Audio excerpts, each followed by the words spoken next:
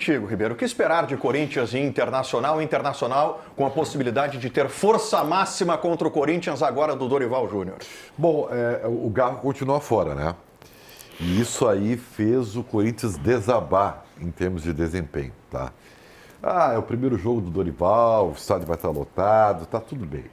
Mas eu já disse aqui e repito, o Internacional terá muito menos dificuldades para desempenhar o seu jogo do que aconteceu contra o Maracanã. Tudo bem, são adversários completamente diferentes, mas os espaços também. E eu estou muito confiante. Vocês vão ver depois do nosso palpitômetro, né?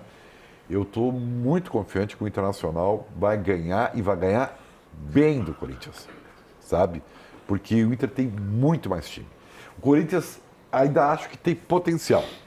Mas assim, ó, eu diria que o Corinthians é tão dependente do Garro como o Inter é do Alan Patrick. E nesse confronto de amanhã, o Inter tem o Alan Patrick e o Corinthians não tem o Garro. Guimarães tem o mesmo otimismo, Guimarães? Concordo com a questão da proposição, né? Isso é uma coisa básica no futebol, mais espaço, mais facilidade para poder jogar, mas tem uma outra coisinha que contra o Maracanã, obviamente, foi mais tranquilo, que é qualidade, o Ribeiro falou, qualidade do adversário e risco a se enfrentar, tá? O Corinthians, em tese, vai atacar mais, vai produzir mais, vai oferecer mais risco à defesa do Inter. Então, é um jogo, eu não acho tão fácil assim. Acho que a criatividade ela pode ser colocada em prática, mas quando for na hora de se defender, eu acho que é um jogo de dificuldade, sim. E o Inter, em algumas partidas, não consegue assim ter aquela marcação, que é uma marcação mais forte, mais do choque, né? Mais do enfrentamento. Então é um time que cerca muito, tira muito espaço. Contra o Corinthians vai ter que ter uma marcação um pouquinho mais forte, mais pesada. E é jogo para sofrer, sim. É jogo para sofrer risco. É jogo para enxergar o Corinthians atacando, o Corinthians propondo. Jogo que se torna mais aberto nesse sentido. Da mesma forma que o Inter tem mais facilidade em propor, vai o Corinthians também tentar colocar o seu jogo. O Inter tem que ter um pouquinho mais de cuidado na marcação. Eu acho o jogo bem igual, Gamba. Numa boa, assim, eu não acho... o Inter pode ser um pouquinho melhor que o Corinthians, mas o fator local tem o seu valor. Jogo bem igual, cara, bem parelho mesmo, assim. Eu acho que vai ser um jogo bem parelho. Eu acho que vai ser um jogo faltoso, sabe? Não sei, eu tô com essa impressão. Um jogo bem faltoso. Alexandre Ernst, vem pra cá. Vou te convidar pra gente fazer uma análise tática, tá? Da escalação do Internacional para esse jogo contra o Corinthians lá na Neoquímica Arena, por gentileza. É que eu acho que o mais legal, o Ribeiro ele falou sobre a questão do Garro, né, no Corinthians, só que tem uma outra questão também importante pra gente analisar para esse jogo, que é o Dorival Júnior perdendo o Gustavo Henrique, que é o principal zagueiro do Corinthians. E a gente tem uma informação de que... Fraco. Tu achou fraco? Sinceramente, fraco. Bom na bola aérea. Bola alta boa. Bom na bola aérea. Defensiva e ofensiva, mas é né? fraco. Mas aí o que acontece, tá? O Roger trabalhou ontem, a gente descobriu uma mudança no posicionamento dessa linha de 3 aqui, ó, com o Wesley, Alan Patrick e o Tabata.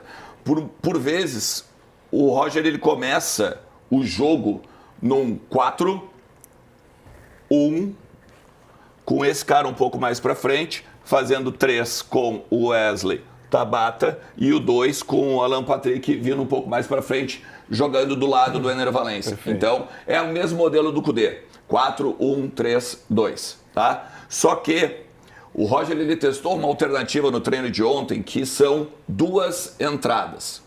Thiago Maia, no lugar desse cara aqui, o Bruno Henrique, e o Gustavo Prado, na esquerda, mas não na vaga do Wesley.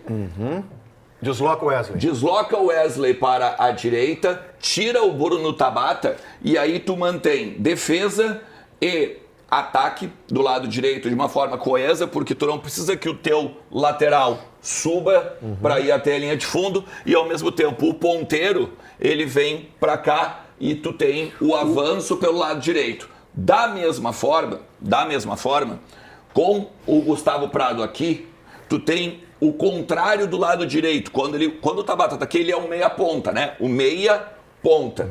Quando tu tem o Gustavo Prado aqui, tu tem o ponta meia. Ou seja, quando ele puxar essa bola aqui, ele vai deixar um buraco, porque o defensor vai vir com ele para a subida do lateral.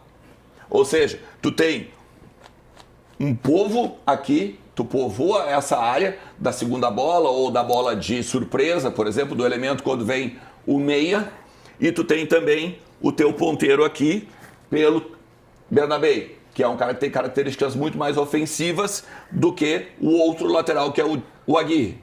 Ou seja, ele vai continuar tendo posse de bola, porque esse cara aqui, Bruno Henrique, por mais que ele, Roger, tenha dito que está desempenhando, tenha números bons e tal, o Thiago Maia tem mais condução, tem bola dominada, tem melhor passe, tem uma amplitude melhor, muito semelhante à do Fernando. Claro, nem se compara, mas muito semelhante na questão de ver o jogo. Guimarães. Pô, excelente, baita análise, baita análise mesmo assim. E acrescento o seguinte, tá? Por que foram as duas substituições? Por que eu imagino que foram as duas substituições, tá? Em primeiro lugar, opinião, aí é opinião mesmo, tá? Eu gosto dessa formação com o Gustavo Prado. Gosto. Para começar? Gosto, para começar. Mas com o Thiago Maia junto. Porque é o seguinte, abre ali pro Gamba, o Gamba pode fazer o sinal. Eu posso levantar um pouquinho também? Vem pra cá. Então vamos fazer assim, ó. O Arte vai concordar comigo aqui, ó, para completar, tá? Se esse cara aqui for o Thiago Maia e não o Bruno Henrique, o movimento que ele vai fazer no 4-1-3-2, perfeitamente descrito pelo Ernst, é um movimento de deslocar para este lado. O Thiago Maia é jogador canhoto. O Bruno Henrique, movimento para este lado. Existe numa formação possível, eu acho que não tem que ser a formação do Inter, mas Bruno Henrique e Thiago Maia não são excludentes, poderiam funcionar num tripé, assim, numa outra formação que não é a para amanhã, tá? Com o Thiago Maia, ele ocupando mais esse lado, o Gustavo Prado, ele pode, inclusive, fazer um fechamento maior. Aqui o Wesley vai te dar uma jogada de linha de fundo e o Aguirre pode ser o jogador para fechar. O Roger fez isso. O Roger trabalhou com lateral armando. O Cudê fazia isso, tá? O René era um lateral armador. O Bruno Gomes foi um lateral armador. O que eu quero colocar? Porque tinha característica de volante, Exatamente. Né? Porque tinha característica de volante. Exatamente. Então, é uma espécie de retorno ao que o Roger fez no ano passado. O Aguirre se torna o Bruno Gomes nesse sistema, o Thiago Maia trabalha mais para cá, e o Gustavo Prado, ele passa a ser o que o Wesley foi. O Wesley vai trabalhar na direita. Eu gostei da formação com o Gustavo Prado, gostei do jeito que o Inter se desenha dessa forma. A minha questão pro Ernst é a seguinte, tá? Obrigado, Guilherme. É um teste